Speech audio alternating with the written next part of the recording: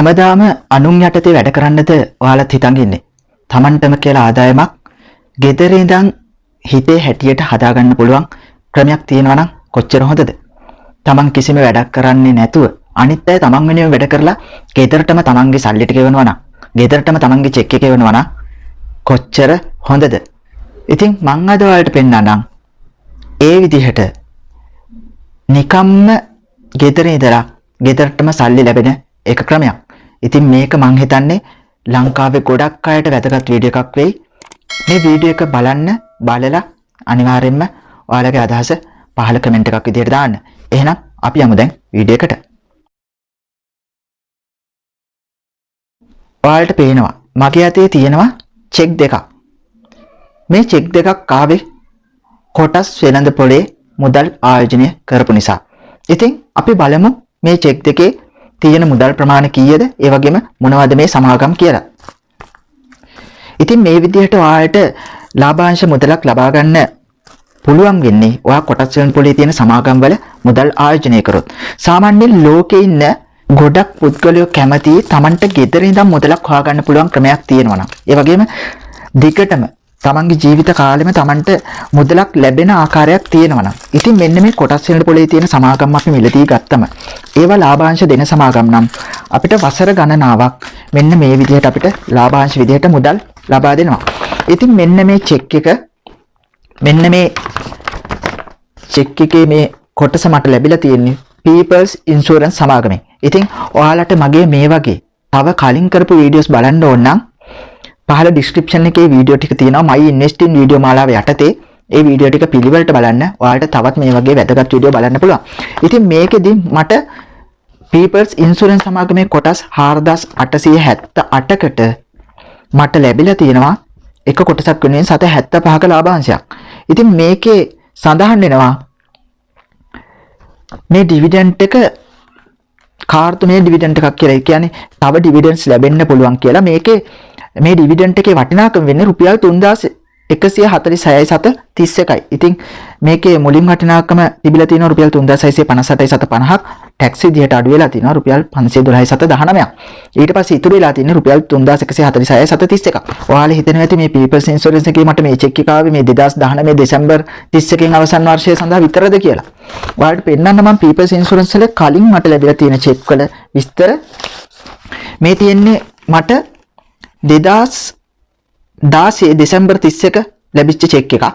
ඒකේ වටිනාකම රුපියල් 530.77යි. ඊට පස්සේ මේ තියෙන්නේ මම ආයෝජනය කරපු මුල්ම කාලේ People's Insurance සමාගමේ කොටස් 100යි තිබිලා තියෙන්නේ 2016 දෙසැම්බර් 31 රුපියල් 67.58ක පුංචි චෙක් එකක්. ඒ වගේම මේ තියෙන්නේ People's Insurance සමාගමේ 2017 දෙසැම්බර් වෙද්දි මං ගාව තිබ්බ කොටස් ප්‍රමාණයට ආපු රුපියල් 1613.59ක චෙක් එක. ඒ වගේම මේ තියෙන්නේ ඒ People's Insurance ම තමයි. බලන්න මේ එක සමාගමක් කීපාරක් මේගොල්ලෝ මේ මුදල් ගෙවලාද කියලා.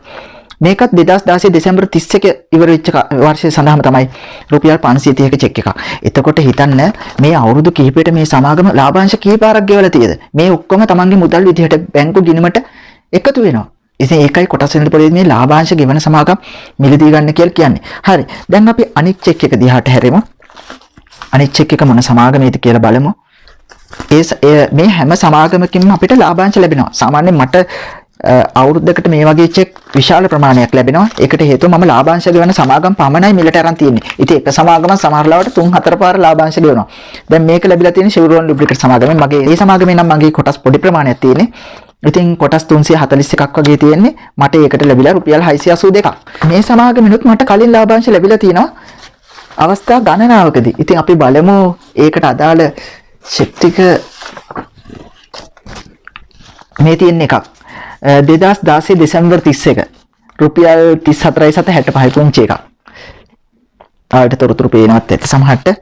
ඊට පස්සේ මේක 2017 දෙසැම්බර් 31. ඔන්න එතකොට 402යි රුපියල් පොඩි ගාණක්. ඒකට හේතුව මේ සමාගමේ මේ මූල්‍ය වාර්තාවල අර ප්‍රොෆිට් එකේ අඩුවීමක් උන හන්දා මං ෂෙයාර්ස් අඩු කරා මං ගාව තිබිලා මේකේ 379යි ෂෙයාර්ස් තිබිලා තියෙන්නේ. එතකොට රුපියල් 1876ක් ලැබිලා 2017 දෙසැම්බර් 31 වර්ෂය අවසන් මේක සඳහා ඉතින් මේ සමාගමේ තියෙන විශේෂත්වය තමයි අවුරුද්දකට 4 පාරක් විතර ලාභාංශ ගෙවනවා. ඉතින් අවුරුද්දකට මේ වගේ චෙක් 4ක් එනවා. ඉතින් ඒකයි මේ මෙච්චර මේ චෙක් තියෙන එක සමාගමකින්. ඊට පස්සේ මේක 2017 දෙසැම්බර් 31 ඒ අවුරුද්දේමයි. ඉතින් මේකේ රුපියල් 322.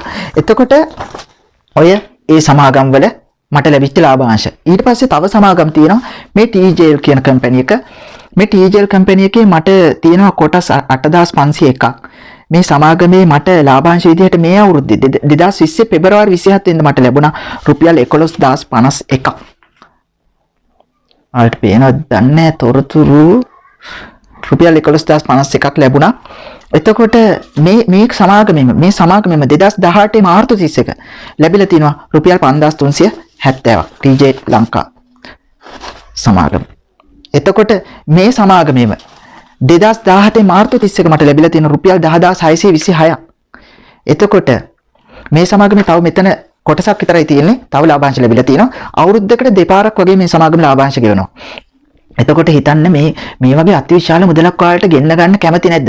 ඉතින් ඔයාලට මේ පෙන්නේ මට ලැබිලා තියෙන ලාභාංශ චෙක් පොඩ්ඩක් විතරයි. පොඩ්ඩක් ඉන්න මම ඊටු ටිකත් ඔයාලට ඕනනම් පෙන්නන්නම්. මේවා ඔක්කොම ෆයිල් එකකට දාලා සොරේකව හදලා තියෙන. ඉතින් ලාභාංශ ෆයිල් එකක් හදන හැටි මම ඊගාවට ඔයාලට කියලා දෙන්නම්. මේ හැම එකම තියෙන්නේ ඒවා. මම එකක් කියන්න. People's Leasing සමාගම තියෙනවා එකක්. ඒක 2017 එකක්. ඊට පස්සේ මේක වටිනාකමත් ඕනනම් කියන්නම් 2115යි. මේක Valuable Power කියන සමාගම රුපියල් 4000 ගණක් වගේ පේන්නේ. මේක John Case Holding සමාගම. මේක NDB Bank. ඔයාලට පේන්නේ නැති NDB Bank. මේක Valuable Power මයි තව ඩිවිඩන්ඩ් එකක්. මේක Union Bank of Colombo ඒකෙනත් ඇවිල්ලා ඩිවිඩන්ඩ් එකක්. ඊට පස්සේ මේක Overseas Realty සමාගම. ඊට පස්සේ මේක Ceylon Developments කියන සමාගමෙන්. ඊට පස්සේ මේ ඔක්කොම සල්ලි තියෙන්නේ මේ හැම සමාගමෙම සල්ලි තියෙන්නේ. මේ ලැබිච්ච මේ චෙක් තියෙන්නේ ලාභාංශ. එතකොට මේ NDB එක චෙක් එකක් තියෙනවා. People's Leasing එකක් තියෙනවා රුපියල් 1177ක. මේ ඒ චෙක් අයින් කරලා ඉතුරු කොටස ඇවිල්ලා තියෙනවා. චෙක් එක බැංකුවට යවලා ඉතුරු ටික. ඉතින් හේතුව තමයි මේ කොමර්ෂල් බැංක්, සම්පත් බැංක් තියෙනවා, ගිය අවුරුද්දේක සිංගර් ශ්‍රී ලංකා තියෙනවා, BPP Holding තියෙනවා, Access Engineering තියෙනවා. ඉතින් මේ ඔයාලට ඉතින් මෙන්න මේ විදිහට ලාභාංශ ලබා දෙන සමාගම් මම ආයෝජනය කරලා තියෙන්නේ. ඉතින් මේ ඇයි මම මේ ලාභාංශ දෙන කම්පැනි වලම මුදල් ආයෝජනය කරන්න කියන්නේ? මෙන්න මේ හේතු නිසා. ඔයාලට නිතරම මුදල් බැංකු ගිණුමට ලබා ගන්න පුළුවන් මාසයක් ගානේ. දැන් ගොඩක් අය කියනවනේ ඔන්ලයින් මෙහෙම සල්ලි හම්බ කරන්න පුළුවන් ගෙදරට වෙලා නිකන් ඉඳලා එහෙම කතන්දරයක් නෙවෙයි මෙතන තියෙන. අනිවාර්යයෙන්ම කරන්න පුළුවන්. අනිවාර්යයෙන්ම මේවා ලැබිච්ච ඒවා මම ඔයාලට පෙන්නවා. මගේ කලින් වීඩියෝස් මම දාලා තියෙන මේ ගැන. ඉතින් කොටස් වෙනදපොළ ආයෝජනය ගැන ඉගෙන ගන්න. ඉතින් ලාභාංශ එකතු කරලා ෆයිල් එකක් හදන ආකාරය මම ඔයාලට ඉදිරියේදී පෙන්නන්නම්. ඒක ඔයාලට ගොඩක් ප්‍රයෝජනවත් වෙයි. මේ එන ලාභාංශ එකතු කරලා ෆයිල් එකක් හදාගන්න. ඔයාලත් එහෙම ෆයිල් එකක් පිළිවෙලට හදාගන්න අවුරුද්දෙන් අවුරුද්ද එන ලාභාංශ ටික එකතු කරලා කොටස් වෙනදපොළ ආයෝජනය කියන්නේ අපිට ලැබිලා තියෙන ජීවිතේ මහඟුම දෙයක්. පූජනීය දෙයක්. ඒක අපි රැකගෙන ඉදිරියට යන්න ඕනේ. කියන්නේ අපි මේ දේ බුද්ධම ගෞරවයකින් කරන්න ඕනේ. පිළිවෙලට කරන්න ඕනේ. සාර්ථක වෙන්න අනිවාර්යයෙන්ම පුළුවන්. දැන් මට ලැබෙන ලාභාංශ පිළිවෙලට තියාගන්නවා. එක අවුරුද්දක ලැබෙන ලාභාංශ මුදල ඊග අවුරුද්දේදී වැඩි කරගන්න උත්සාහ කරනවා. දැන් ඔයාලට මම පෙන්නන්නම් මෙතනදී People's Insurance එකේ මම මුලින්ම පෙන්වන්නේ ලාභාංශ ටික. එතකොට මගේ බලමු ඒ සමාගමේ ලාභාංශ මුලදී ලැබිලා තියෙන්නේ කොහොමද කියලා. ඔයාලට මම උදාහරණයක් විදිහට පෙන්නන්නම් කොහොමද ඒක කරන්නේ කියලා. ඔන්න බලන්න People's Insurance සමාගමේ 2016 අපි බලමු මුලින්ම මංගව තිබ්බ කොටස් ප්‍රමාණය කොටස් 100යි. බලන්න ලොකුවට පටන් ගන්නෑ නැහැ. People's Insurance සමාගමේ කොටස් 100යි තියෙන්නේ මේ රුපියල් 67.58යි ඩිවිඩන්ඩ් එක. දැන් ගොඩක් අය හිතනවානේ අපි මේ කොටස් දහස් ගණන් ගන්න ඕනේ මේ ප්‍රොෆිට් කරන්න මෙහෙමයි කියලා. මේ බලන්න මම අරන් තියෙන බොහොම පොඩි ප්‍රමාණයක්. ඉතින් සමහර මේ කම්පැනි වල දැන් කොටස් මිල බහැලා තියෙන්නේ. ඒක ඉතින් මේ මාකට් එකේ තියෙන අර ප්‍රශ්නෙත් එක්ක වෙලා තියෙන දෙයක්. එහෙම නැතුව මේ සමාගම් වල වරදක් කියන්න බෑ. එතකොට මේ බලන්න. එතනින් ගියාම මේ සමාගමේම මේ 2016 දෙසැම්බර් 31නේ 2017 දෙසැම්බර් 31 වෙද්දී මංගව තිබ්බ කොටස් ප්‍රමාණය මම වැඩි කරගෙන තියෙනවා. 2016 මම වැඩි කරලා 2016 දෙසැම්බර් 31 පළවෙනි සෙකන්ඩ් ඩිවිඩන්ඩ් එකේදී මං ගාව තිබිලා තියෙන කොටස් 100යි.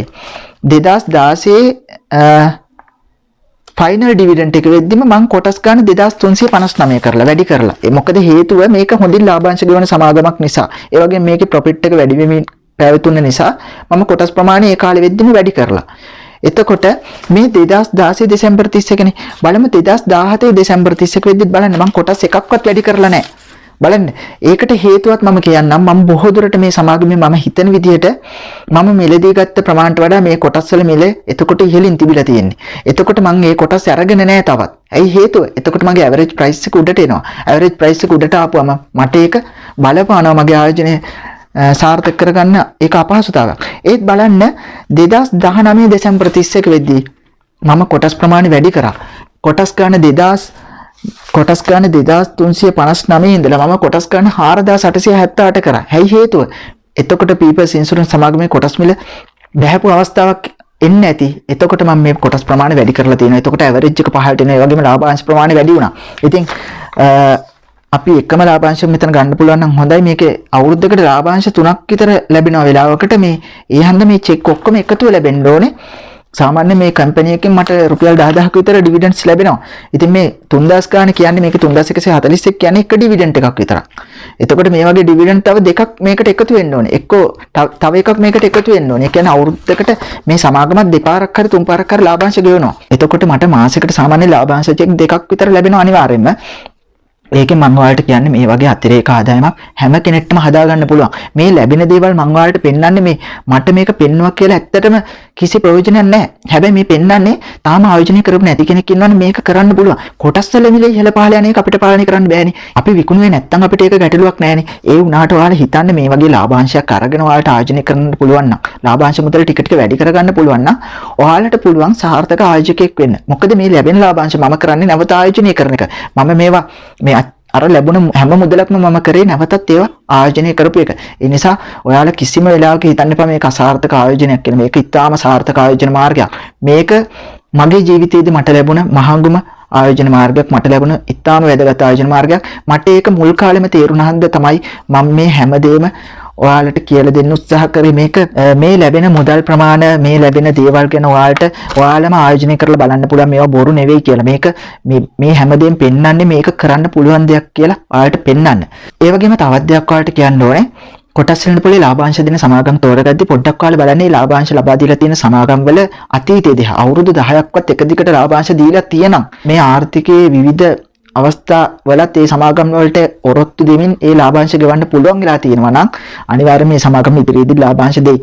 පුළුවන් තරම් ලාභාංශ දෙන සමාගම් මිලට ගන්න. මට ඒක තමයි මේකෙන් දෙන්න ඕන පණිවිඩය. ඒ වගේම ඔයාලට මේ සල්ලි ගෙදරටම මේ ක්‍රමෙන් හදා ගන්න පුළුවන්. ඒ වගේම මේ එන මුදල් ප්‍රමාණය අවුරුද්දක් ගානේ වැඩි වෙනවා. ඒකට හේතුව මේ බොහෝ සමාගම් අවුරුද්දක් ගානේ ලාභාංශ වැඩි කරලා දෙන සමාගම්. මම ලාභාංශ වැඩි කරලා දෙන සමාගම් වල තමයි බොහෝ විට මුදල් ආයෝජනය කරන්නේ. පීපල්ස් ඉන්ෂුරන්ස් සමාගම ගත්තත් මුල් අවුරුද්දේ දුන්නට වඩා දෙවෙනි අවුරුද්දේ ලාභාංශ වැඩි. දෙවෙනි අවුරුද්දේ දුන්නට වඩා තුන්වෙනි අවුරුද්දේ ලාභාංශ වැඩි. ඉතින් ඔයාලට මම වීඩියෝ එකක් පෙන්නන්න. මෙන්න මේ වීඩියෝ එකෙන් මම එහෙම ආයෝජනය කරලා තියෙන සමාගම් පහක් ගැන තොරතුරු බලා ගන්න පුළුවන්. ඒකෙදි මම ඔයාලට පැහැදිලිව පෙන්නලා තියෙන ඒවා ඩිවිඩන්ඩ් එක වෙනස් වෙන විදිහ. ඉතින් මේ වීඩියෝ එකත් අනිවාර්යයෙන්ම බලන්න. බුද්ධිමත් ආයෝජකයා වීඩියෝ මාලාව බලන්න. දෙයක් ඉගෙන ගන්න ඔයාලට පුළුවන්. කොටස් වෙන පොළ ආයෝජනයේ පාඩම් මාලාව බලන්න. අනිවාර්යයෙන්ම ඔයාලට සාර්ථක ආයෝජකයෙක් වෙන්න පුළුවන්. ඒ වගේම කොටස් වෙන පොළ ආයෝජනය කියන්නේ ඔයාලගේ ජීවිතය වෙනස් කරන්න පුළුවන් ආයෝජන මාර්ගයක්. කලබලයට ගිහිල්ලා ලොකු මුදල් දාලා මේක කරන්න එපා. අවුරුද්දෙන් අවුරුද්ද ප්ලෑන් කරලා සාර්ථක ආයෝජකයෙක් වෙන්න මම ඔයාලට සුබ පතනවා. ඒ වගේම මේ පෙන්නලා තියෙන දේවල් ඇත්තටම මට ලැබුණ දේවල්. ඒ ගැන හිතන්න. ඒ නිසා සාර්ථක වෙන්න පුළුවන්. බැරි නෑ. මේ ලැබෙන ලාභාංශ ප්‍රමාණය ටික ටික වැඩි කරගන්න උත්සාහ කරන්න. මේ සමහර සමාගම් වලින් මට දැන් 113ක විතර ලාභාංශ විතරක් ලැබෙනවා. එතකොට හිතන්න අපිට ස්ථාවර tempatuක දාලා කවදාවත් ඒ ප්‍රමාණ ගන්න බෑනේ. කොටස් මිලේ ඉහළ පහළ යන එක ගැන හිතන්න එපා. මොකද ඒක අපිට පාලනය කරන්න බෑ. කොටස් මිලේ ඉහළ යන කාලවලදී අපිට ප්‍රොෆිට් එක ගන්න දැනගන්න ඕනේ.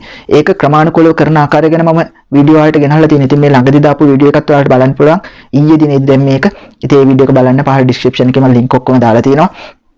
මේ ගැන අනිවාර්යයෙන්ම කමෙන්ට් එකක් දාන්න. ඒ වගේම ඔයාලට මොකෝ හිතෙන්නේ? ඒ ගැනත් පහලින් කමෙන්ට් එකක් දාන්න. ඔයාලට දැනගන්න ඕනේ මොනවාම හරි කරුණු තියෙනවා නම් ඒවා පහලින් කමෙන්ට් එකක් දාන්න. දාන්න හැමදේම කියලා දෙන්නම්. සාර්ථකව මේ ආයෝජනය කරන්න. ඔයාලට ඇත්තටම සාර්ථක ආයෝජකයෙක් වෙන්න පුළුවන්. ඉතින් මම හිතන්නේ මේ වීඩියෝ එක ඔයාලට ගොඩක් ප්‍රයෝජනවත් වෙයි. ඉතින් වීඩියෝ එකට ලයික් එකක් දාන්න අමතක කරන්න එපා. ඔයාලා දාන ලයික් එක අනිවාර්යයෙන්ම අපිට ලොකු ශක්තියක්. ඒ වගේම ඔයාලගේ වටිනා කමෙන්ට් එක අනිවාර්යයෙන්ම අපිට ලොකු ශක්තියක්. ඉතින් මේ දේවල් අමතක කරන්න එපා. මොකද අපේ වීඩියෝ බලන්නේ බොහොම පොඩි පිරිසක්. ඔයාලා ලයික් එකක් දැම්මොත් කමෙන්ට් එකක් කරොත් තමයි අපිට ඒක තව වීඩියෝ එකක් හදන්න මොටිවේෂන් එකක් වෙන්නේ. ඉතින් බොහොම ස්තුතියි මේ වීඩියෝ එක බලපු යාළුවෝ හැමෝටම සුබ දවසක් කියලා ප්‍රාර්ථනා කරනවා.